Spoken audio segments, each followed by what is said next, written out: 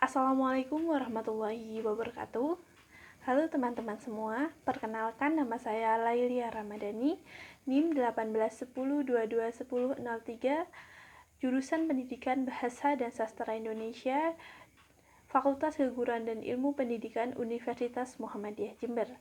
Di video kali ini saya akan menjelaskan mengenai teknik analisis data mata kuliah metode penelitian kualitatif.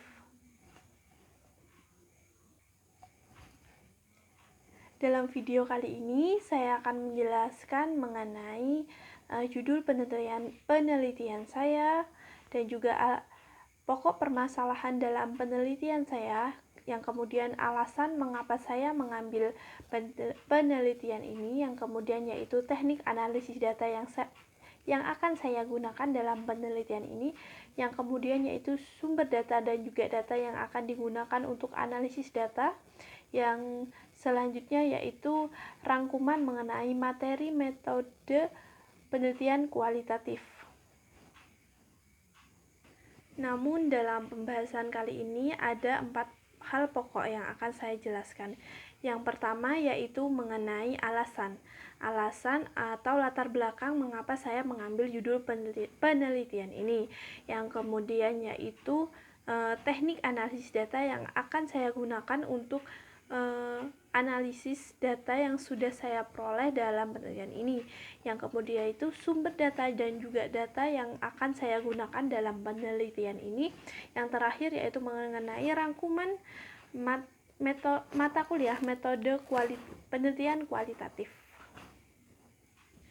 Baiklah, langsung saja pada pembahasan yang pertama, yaitu mengenai judul. Nah, judul penelitian saya yaitu tindak tutur behavitif pada film Mariposa 2020 dengan pokok permasalahan yang pertama yaitu bagaimana bentuk tindak tutur behavitif dalam film Mariposa 2020. Nah, yang kedua yaitu bagaimana fungsi tindak tutur behavitif dalam film Mariposa 2020. Alasan saya sendiri memilih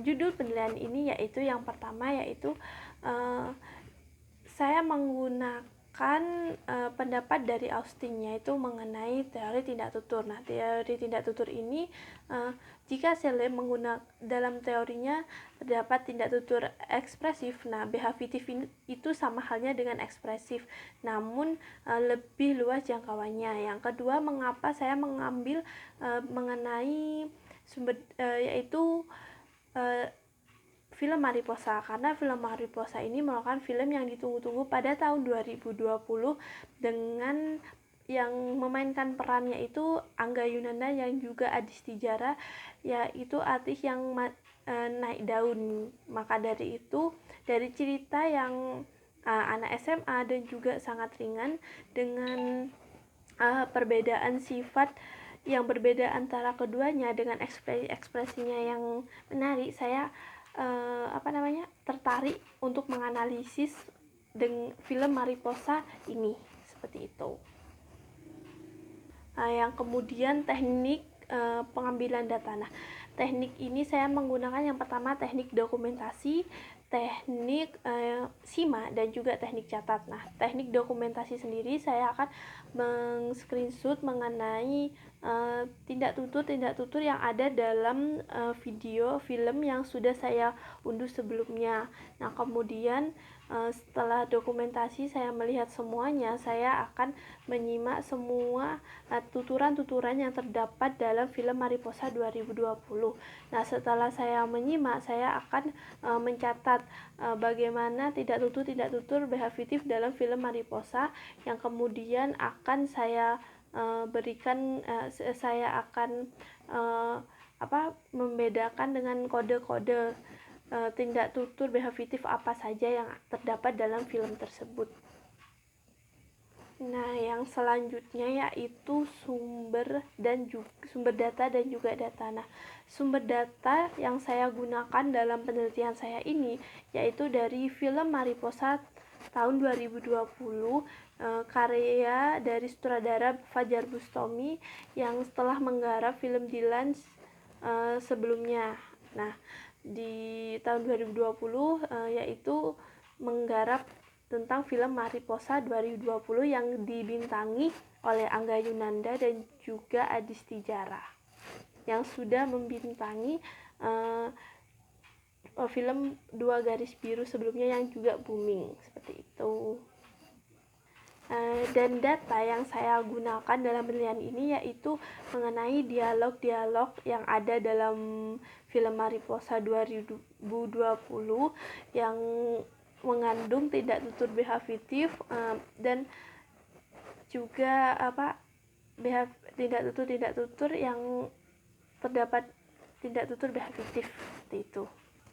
Selanjutnya yaitu mengenai rangkuman materi metode penelitian kualitatif. Nah, saya akan menjelaskan yang pertama yaitu ada tiga tahap dalam penganalisisan. Yang pertama yaitu persiapan, kemudian proses penganalisisan, yang ketiga yaitu hasil dalam penganalisisan. Nah, untuk analisis data seperti itu. Nah, kemudian apa sih yang harus dipersiapkan dalam mempersiapkan penelitian penganalisisan data?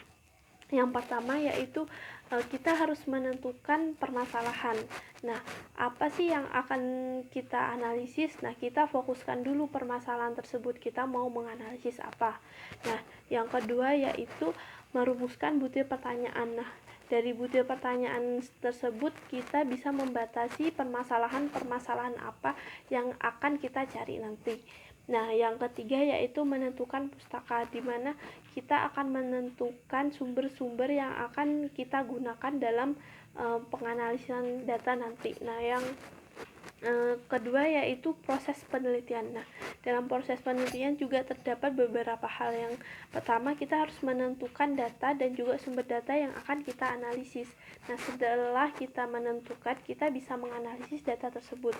Nah, yang selanjutnya yaitu menentukan teknik analisis data yang akan kita gunakan dalam penelitian. Nah, setelah teknik kita temukan, maka kita selanjutnya akan mudah menganalisis datanya. Nah, yang ketiga yaitu instrumen pendukung. Nah, jika instrumen pendukung, kita lihat dulu apa yang kita analisis, apakah kita membutuhkan instrumen tersebut atau tidak.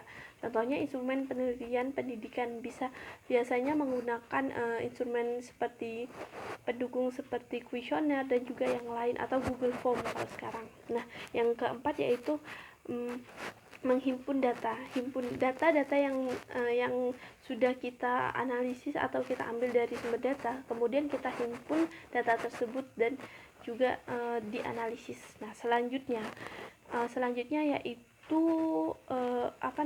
sesudah penelitian. Nah, sesudah penelitian kita analisis, kemudian yaitu jika kita pertama menentukan permasalahan, berarti kita harus menemukan solusinya pada sesudah penelitian ini. Nah, yang kedua itu mencari pokok data yang diinginkan, yaitu reduksi, terus penyajian data, yang kemudian validasi data. Dalam penelitian kali ini, khususnya dalam penelitian di bidang pendidikan bahasa dan sastra Indonesia, ada 3. Yang pertama itu pendidikan sastra dan juga linguistik. Nah, untuk pendidikan sendiri itu sama halnya dengan penelitian lain, namun dalam penelitian linguistik dan juga sastra terdapat perbedaan seperti itu. Itu saja yang dapat saya sampaikan. Bila ada salah-salah kata, saya mohon maaf. Wassalamualaikum warahmatullahi wabarakatuh. Sampai jumpa dan hai, dadah.